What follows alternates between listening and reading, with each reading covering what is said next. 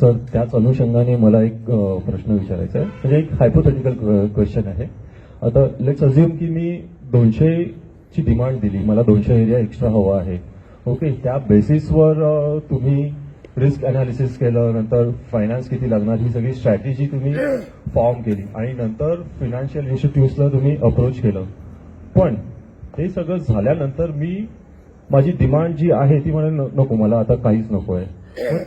तसं ती त्या सिनारिओमध्ये आपला सगळा जो अभ्यास आपण केलेला आहे तो पूर्ण कोलमडून पडणार नाही का? नाही, अभ्यास आपण केलेला आहे, पण त्याच्या संदर्भात फायनल स्टेजला जाण्याआधी जनरल बॉडी समोर हे मांडलं जाईल ना, जे तुम्ही अप्रिहेन्शन मांडता ते मांडलं जाईल.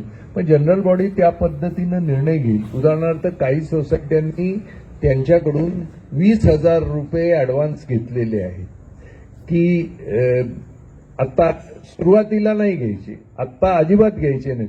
पण एका स्टेजला आपण गेलो की आत्ता आपण फायनान्शियल इन्स्टिट्यूशनकडे जातोय, तर ते म्हणतील हो ठीक आहे, यांनी बुकिंग इतकी घेतली, तुमच्याकडे किती ठेवले. तेव्हा त्यांना दाखवण्यासाठी की ज्यांनी इंटरेस्ट आहे त्यांनी नॉन रिफंडेबल म्हणून 20,000 आमच्याकडे डिपॉझिट केलेले आहे, असं आपण त्या स्टेजला.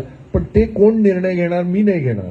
हे सर्वसाधारण सभेसमोर मांडलं जाईल की किती पैसे घ्यावेत, की ज्यांनी बुकिंग केलंय त्यांच्याकडून किती पैसे घ्यावे, हे सर्वसाधारण सभेसमोर मांडलं जाईल आणि त्याच्यात जे काही अमाऊंट ठरेल तेवढी अमाऊंट आपण त्यांच्याकडून घेऊ शकू.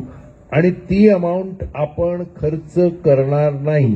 ती अमाऊंट आपण फिक्स्डमध्ये ठेवली तर त्याच्यातून मिळालेलं व्याज देखील त्या व्यक्तीलाच मिळावं, अशा पद्धतीनं आपण ठराव करू शकू.